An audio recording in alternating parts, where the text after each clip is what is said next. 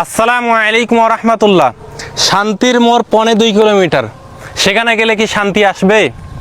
আসলে শান্তি কোথায় পাওয়া যাবে, শান্তি কিভাবে পাওয়া যাবে তার কথা রাসূল সাল্লাল্লাহু আলাইহি ওয়াসাল্লাম আমাদের শিখিয়ে দিয়েছেন। প্রত্যেক সালাতের শেষে আমরা এটা বলে থাকি যে আল্লাহুম্মা আনতাস সালাম, হে আল্লাহ আপনি শান্তি, ওয়া মিনকাস সালাম, আপনার নিকট থেকেই শান্তি আসে, তাবারাকতা ইয়া জাল জালালি ওয়াল ইকরাম।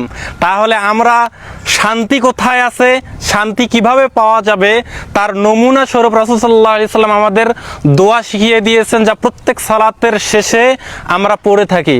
তাহলে বোঝা যাচ্ছে পৃথিবীর কোথাও শান্তি স্থায়ীভাবে পাওয়া যাবে না। আমরা এই দিক দিয়ে যাওয়ার সময় সাময়িক একটু শান্তি লাগলো, একটু বাতাস লাগলো, একটা হাওয়া লাগলো, খুব ভালো লাগলো, মন ফ্রেশ হলো, কিন্তু এটা স্থায়ী নয়। বরং স্থায়ী শান্তি হচ্ছে আল্লাহ তাআলার নিকটে।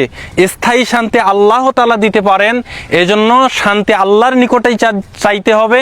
তাহলে আমাদের অন্তর প্রশান্তি লাভ করবে এবং পরকালে আল্লাহ তাআলা আমাদের শান্তির জায়গা জান্নাতে ঢুকিয়ে দিবেন। আসসালামু আলাইকুম ওয়া রাহমাতুল্লাহ।